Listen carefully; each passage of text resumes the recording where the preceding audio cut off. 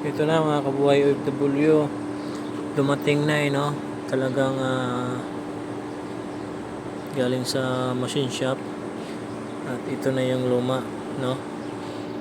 Ito hindi naman talaga to siya gumagalaw. Dati kasi kapag ganon gaano natin to, gumagalaw dito. Kaya ngayon ay maglagay muna tayo ng grasa dito. Kasi dati kasi may mga ganito dito yung lagayan ng grasa, kaso wala na Okay, ikabit lang natin to pagkatapos yung motor, tapos testing tayo.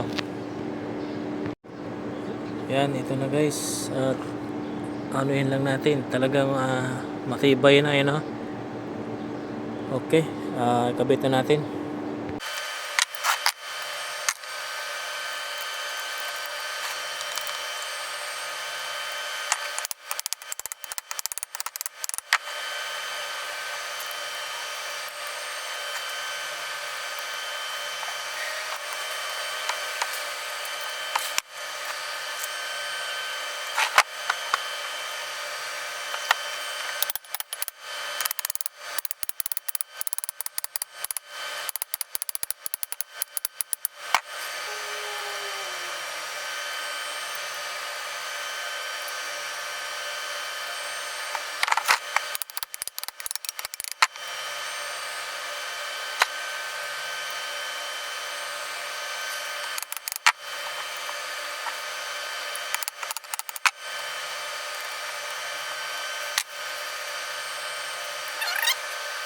Ito na guys, natapos na natin magti-testing tayo.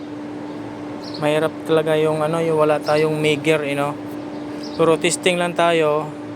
Try lang muna natin to na hindi pa natin nakakonect yung motor natin. Okay? Tapos check natin yung supply. Kung ilan ba yung supply, kasi yung niya ay 380 volts. Dapat nasa mga 380 din to. Yan. Tapos kabila 380 din. Okay. Magti-testing lang tayo ngayon na wala pa yung motor. Kung gagana ba to, no? Yan, umilaw na siya. Ibig sabihin may power supply na, Pag nagkulay green yan ay gagana na. Okay. Click lang natin to. Yan. Ibig sabihin gumana na siya.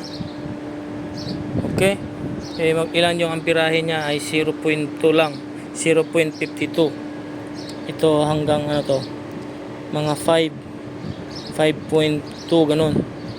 Okay, magti-trip naman yan kapag may problema yung motor talaga natin. Okay yung resistance, di ba? Nagpalit na tayo ng bearing, pinapa-machine shop na natin. Ang pag-aano na lang natin ay yung titesting. Yan na guys, nakabit na natin Magti-trip naman yung breaker kasi ilan yung breaker lang natin, 16 lang. Okay, magti-trip lang yan. Testing lang tayo. Hirap naman ito. Kita nyo, trip agad.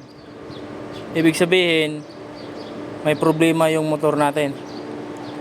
Okay, may problema yung motor, yung winding. Trip siya agad Pansin mo naman ito, lambot na nga yan Lambot na yan. Mahirap talaga, wala tayong meager pang check. Kahit i-disconnect natin to, just check natin yung power supply dyan kung mayroon.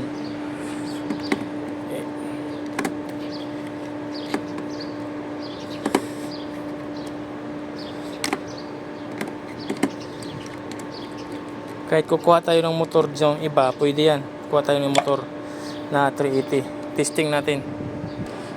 Yan na guys. Kabali, kumuha tayo ng isang motor doon. Okay? 3 piece din to. Kung gagana ba siya.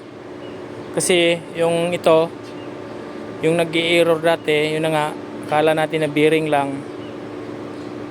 Tapos, sinisting natin, nag-trip agad yung breaker. Tapos ito naman ay nakatambay lang dyan, stock natin, para spare na rin.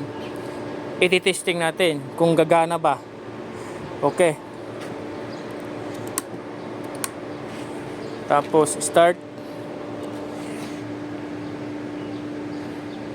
Yan. Hindi siya nag-trip, umilaw siya. Okay. Di ba? Yan, iti-trip natin yan. Off na siya.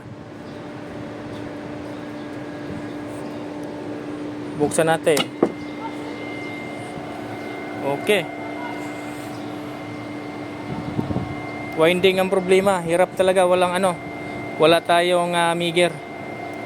Pero-rewind na naman natin to.